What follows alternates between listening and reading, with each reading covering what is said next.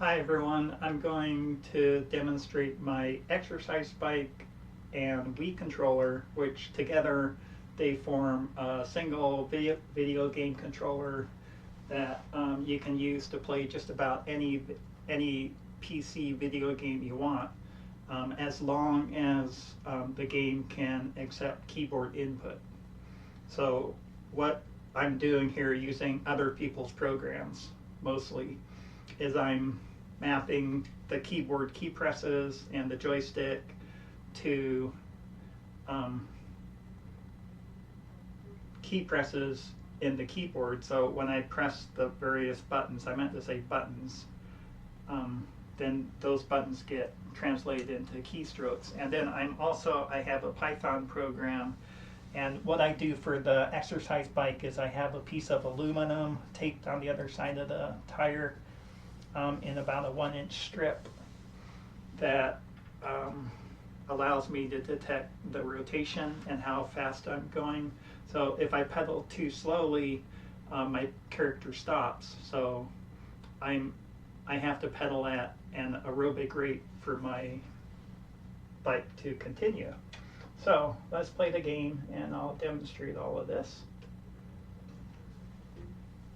Okay, isn't that interesting? So there's a lot of zombies already spawned here, and you can see I'm pedaling slowly, so I'm not moving away from the zombies, so I better start pedaling faster to get away from them. But basically I have a zombie generator at that flag, and it just continuously spawns zombies. And it looks like I have a zombie wizard already in the game. Pedal faster, get away from them. I'm using this nunchuck Wii controller to turn left or right, and I guess it can walk backwards, but it can't move forward. If I move forward, push the joystick forward, it doesn't go anywhere, so I have to pedal to get a forward motion. And yeah, this is pretty fun. So what I've done is I've made a big game. You can see the map. Here's the map, and the zombies right now are generating. I've got a skeleton chasing me. He's pretty fast too. I better keep pedaling. So I've got a zombie generator, and right now they're all generating right at the flag, like I said. But what I'm going to do is I'm going to put flags all over the map, and then randomly have the zombies generate or spawn at different points on the map. So let's head back toward the zombies and see how many we've got now. They're on an island, so I have to find the island. I think if I just go around this lake, I'm not used to controlling this with a Wii. Here we go. Here's the zombies. Yeah. They're all moving. We'll just run around them a little bit. So anyway, I just wanted to demo this for you. It's a great way for me, at least, to get exercise, because I've always loved playing this game, because it's kind of a Dungeons and Dragons type video game. It's really old, but it's on Steam still, and it's pretty fun because you can create your own land. So if you don't want to be running away from monsters, you can just create a land with nothing in it, and do what a lot of the real companies that sell exercise equipment like this, where you just pedal your bike in a scenic landscape. Or I like being chased by zombies and skeletons and monsters and dragons, so I prefer that. So it's a personal choice. You can do it either way. But then I also want to stress that you don't have to use this game if you like Need for Speed or anything else. Yeah, as long as it works well with the mechanics of pedaling and about 10 different buttons that you have on your virtual joystick, then yeah, you can play any game you want. So before we go, that's the end of the demo, but let me just show you a couple block diagrams of what the final result looked like. And I've got this uploaded to YouTube under this video called Exercise Bike Video Game Controller Part 1, the plan. And the plan was a little different, the end result was a little different. So let me show you first the IR sensor. It's right here.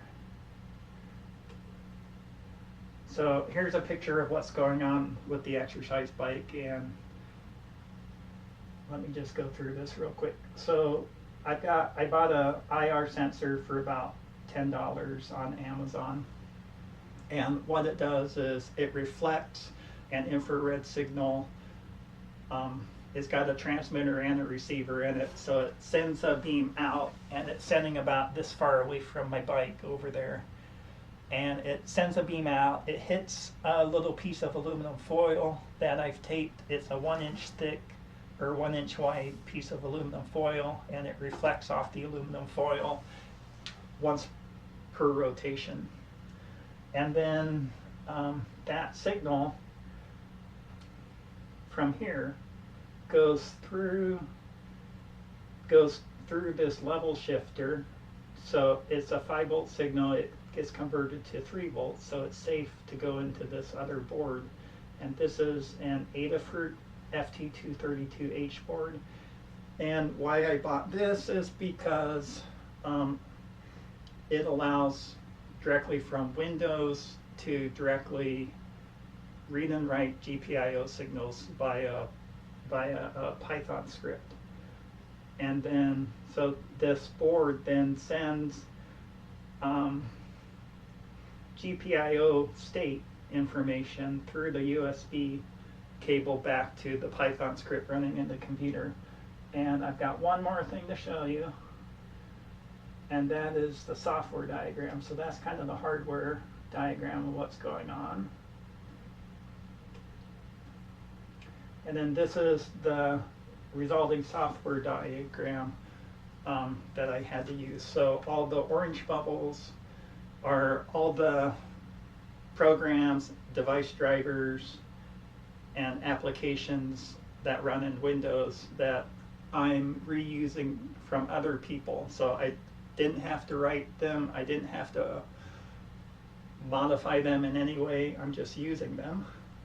The only code that is custom that had to be written is the yellow bubble, and I didn't write that either. I asked Copilot, Microsoft's Copilot AI engine, to do that for me, and it wrote about a 50-line program, and that's the program that detects how slow I'm pedaling or how fast I'm pedaling, and it moves me forward if I'm pedaling at a certain rate. And then these programs, the exercise bike ends up being a virtual Xbox game controller is how it works out. And so I map one virtual joystick movement to the W key to move forward in the game, and then the Wii controller is, you know, a real device. So it's transmitting through Bluetooth to the PC, and then it's going through this person's program, and it's changing the joystick to an A or a D key, and that's letting me turn left or right. So that's what I've got right now. I hope you enjoyed it.